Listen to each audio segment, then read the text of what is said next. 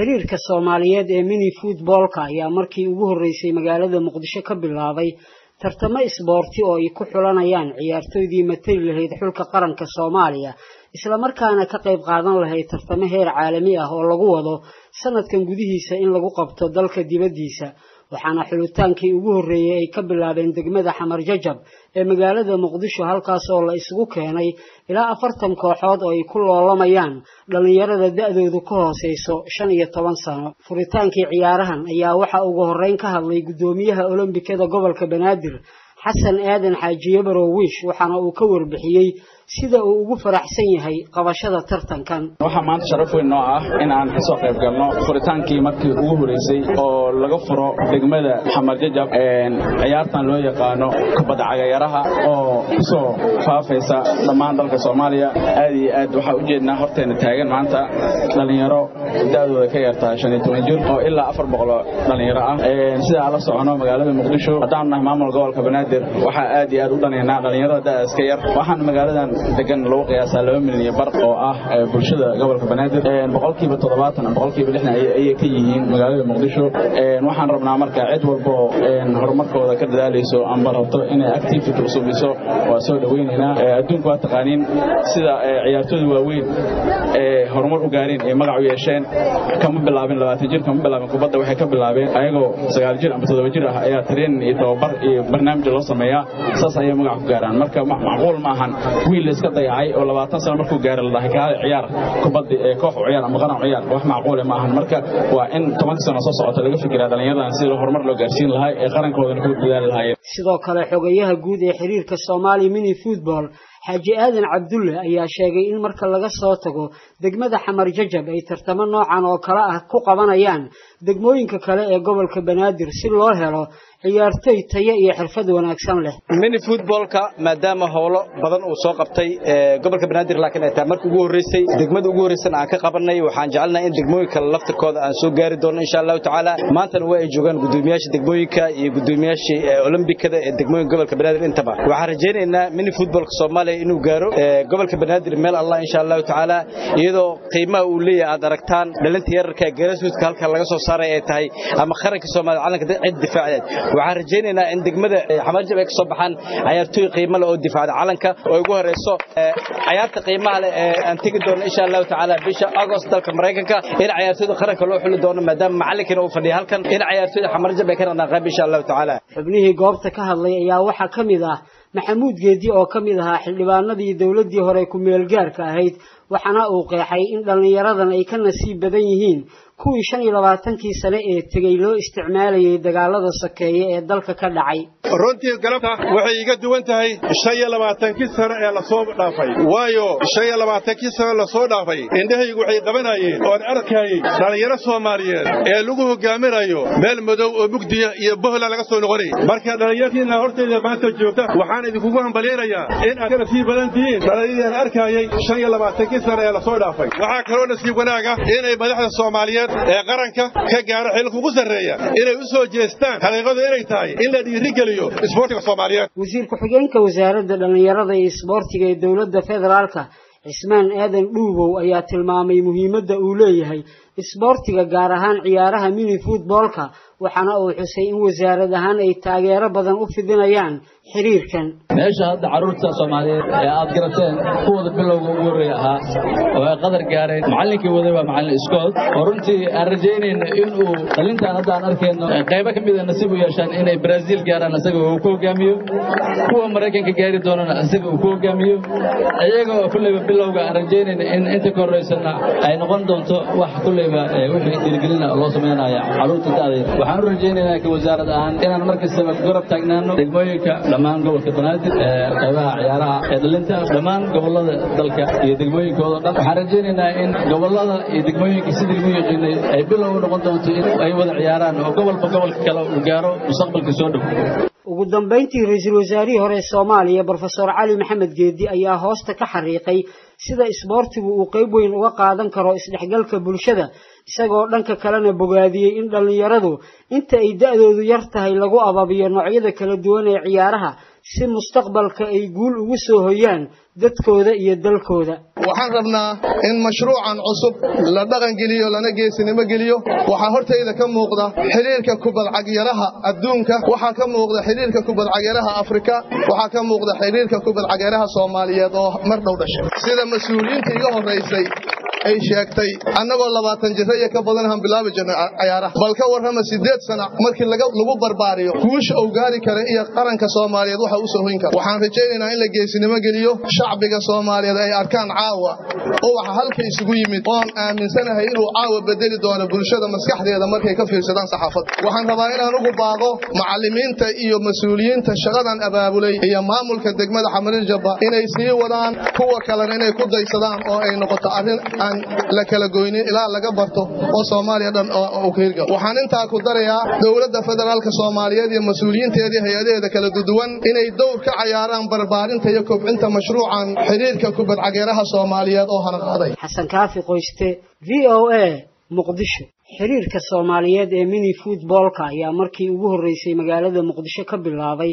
tartamo isboorti oo ay ku xulanayaan ciyaartoydii matali lahayd xulka qaranka Soomaaliya isla markaana ka qayb qaadan lahayd tartamo heer caalami ah oo lagu wado sanadkan gudihiisa in lagu qabto dalka dibadiisa. waxaana xulitaankii ugu horeeyay ay ka bilaabeen degmada Xamar-Jajab ee magaalada Muqdisho, halkaas oo la isugu keenay ilaa 40 kooxood oo ay ku loolamayaan dhalinyarada da'doodu ka hooseyso 15 sano. furitaankii ciyaarahan ayaa waxa ugu horeyn ka hadlay gudoomiyaha Olombikada gobolka Banaadir Xasan Aadan Xaajiye Baroowish, waxaana uu ka warbixiyay sida uu ugu faraxsan yahay qabashada tartankan. waxa maanta sharaf weyn noo ah in aan ka soo qayb galno furitaankii markii ugu horeysay oo laga furo degmada Xamar-Jajab ciyaartan loo yaqaano kubadda cagayaraha oo ku soo faafaysa dhammaan dalka Soomaaliya. aad iyo aad waxa u jeednaa horteena taagan maanta dhalinyaro da'dooda ka yartaa 15 jir oo ilaa 400 dhalinyaro ah.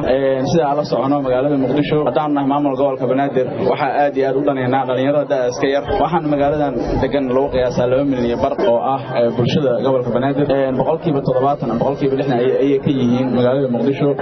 waxaan rabnaa marka cid walba horumarkooda ka dadaalayso ama rabto inay activity u suubiso waa soo dhaweynaynaa. adduunku waa taqaaniin sida ciyaartooyda waaweyn horumar u gaareen ee magac u yeesheen.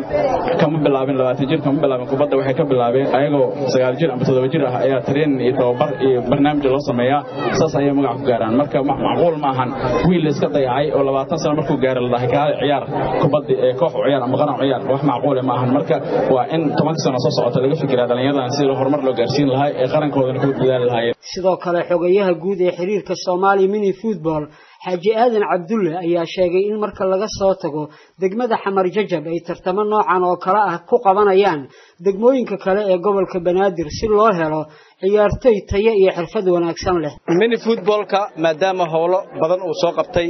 gobolka Banaadir laakiin ay tahay markii ugu horeysay degmada ugu horeysay aan ka qabanay, waxaan jecelnahay in degmooyinka laftirkooda aan soo gaari doono insha Allah taala. maantana way ay joogan gudoomiyaasha degmooyinka iyo gudoomiyaasha Olombikada ee degmooyinka gobolka Banaadir intaba. waxaan rajaynaynaa mini footballka Soomaaliya inuu gaaro gobolka Banaadir meel Allah insha Allah taala, iyadoo qiimaha uu leeyahay aad aragtaan dhalinta yararka geerasuudka halka laga soo saaray ay tahay ama qaranka Soomaaliya calanka cid difaacadeed. waxaan rajaynaynaa in degmada Xamar-Jajab ay ka soo baxaan ciyaartoy qiimo leh oo difaacda calanka oo ugu horeyso ciyaarta qiimaha leh ee aan tagi doono insha Allah taala bisha August dalka Mareykanka in ciyaartoyda qaranka loo xuli doono maadaama macallinkana uu fadhiyo halkan in ciyaartoyda Xamar-Jajab ay ka qeyb insha Allah taala. xubnihii goobta ka hadlay ayaa waxa kamid ah Maxamuud Geedi oo kamid ahaa xildhibaanadii dawladii hore ku meel gaarka ahayd, waxaana uu qeexay in dhalinyaradan ay ka nasiib badan yihiin kuwii 25 sano ee tagay loo isticmaalayay dagaalada sokeeye ee dalka ka dhacay. runtii galabta waxay iga duwan tahay 25 sano ee la soo dhaafay, waayo 25 sano la soo dhaafay indhahaygu waxay qabanayeen oo arkayay dhalinyaro Soomaaliyeed ee lagu hogaaminayo meel madow oo mugdiya iyo bohla laga soo noqonay. marka dhalinyartiina horteeda maanta joogta waxaan idinku hambalyeeyaa in aad ka nasiib badan tihiin dhalinyarada arkayay 25 sano ee la soo dhaafay. waxaa kaloo nasiib wanaaga inay madaxda Soomaaliyeed ee qaranka ka gaaro xilka ugu sareeya inay u soo jeestaan xaqiiqada inay tahay in la dhiirigeliyo isboortiga Soomaaliyeed. wasiir ku-xigeenka wasaaradda dhalinyarada iyo isboortiga ee dawladda federaalka Cismaan Aadan Dhuubow ayaa tilmaamay muhiimadda uu leeyahay isboortiga gaar ahaan ciyaaraha mini footballka waxaana uu xusay in wasaarad ahaan ay taageero badan u fidinayaan xiriirkan meesha hadda caruurta Soomaaliyeed ee aad garateen kuwada bilowga ugu horeeya ahaa oo ay qadar gaareen macallinkii waday waa macallin Scott runtii aan rajaynayna in uu dhalintan hadda aan arkayno qaybo kamid ah nasiib u yeeshaan inay Brazil gaaraan asaga uu ku hogaamiyo kuwa Mareykanka gaari doonana asaga uu ku hogaamiyo ayaga oo kulliba bilowga aan rajaynayna in inta ka horeysana ay noqon doonto wax kulliba wixii dhiirigelin loo sameeyo caruurta taariikh waxaan rajaynaynaa ka wasaarad ahaan inaan markasta garab taagnaano degmooyinka dhamaan gobolka Banaadir qaybaha ciyaaraha ee dhalinta dhamaan gobolada dalka iyo degmooyinkooda dhan waxaan rajaynaynaa in gobolada iyo degmooyinka sidii lagu yaqaanay ay bilow noqon doonto in ay wada ciyaaraan oo gobolka kale uu gaaro mustaqbalka soo dhow ugu dambeyntii ra'iisul wasaarihii hore Soomaaliya Professor Ali Maxamed Geedi ayaa hoosta ka xariiqay sida isboortigu uu qayb weyn uga qaadan karo isdhexgalka bulshada isagoo dhanka kalena bogaadiyay in dhalinyaradu inta ay da'doodu yar tahay lagu ababiyo noocyada kala duwan ee ciyaaraha si mustaqbalka ay guul ugu soo hoyaan dadkooda iyo dalkooda waxaan rabnaa in mashruucan cusub la dhaqan geliyo lana geesinimo geliyo waxa hortayda ka muuqda xiriirka kubad cagyaraha adduunka waxa ka muuqda xiriirka kubad cagyaraha Afrika waxa ka muuqda xiriirka kubad cagyaraha Soomaaliyeed oo mar dhow dhashay sida mas'uuliyiinta iga horeysay ay sheegtay annagoo 20 jir iyo ka badan han bilaabi jirnay ciyaaraha balka warrama 8 sano markii lagu barbaariyo guusha uu gaari karo iyo qaranka Soomaaliyeed waxa uu soo hoyn karo waxaan rajaynaynaa in la geesinimo geliyo shacbiga Soomaaliyeed ay arkaan caawa oo waxa halka isugu yimid oo aaminsanahay inuu caawa bedeli doono bulshada maskaxdeeda markay ka fiirsadaan saxaafadda waxaan rabaa inaan ugu baaqo macallimiinta iyo mas'uuliyiinta shaqadan abaabulay iyo maamulka degmada Xamarjab inay sii wadaan kuwa kale inay ku daysadaan oo ay noqoto arrin aan la kala goynin ilaa laga barto oo Soomaaliya dhan oo ka hirgal waxaan inta ku darayaa dawladda federaalka Soomaaliyeed iyo mas'uuliyiinteeda hay'adaha kala duwan inay door ka ciyaaraan barbaarinta iyo kobcinta mashruucan xiriirka kubad cagyaraha Soomaaliyeed oo hana qaaday Xasan Kaafi Qoyste VOA Muqdisho xiriirka Soomaaliyeed ee mini footballka ayaa markii ugu horeysay magaalada Muqdisho ka bilaabay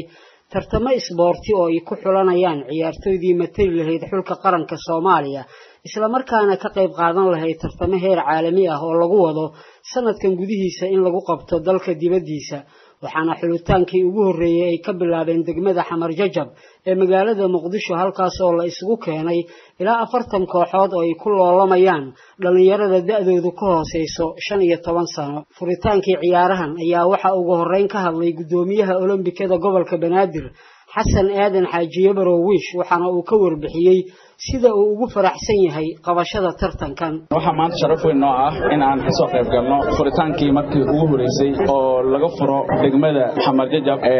ciyaartan loo yaqaano kubadda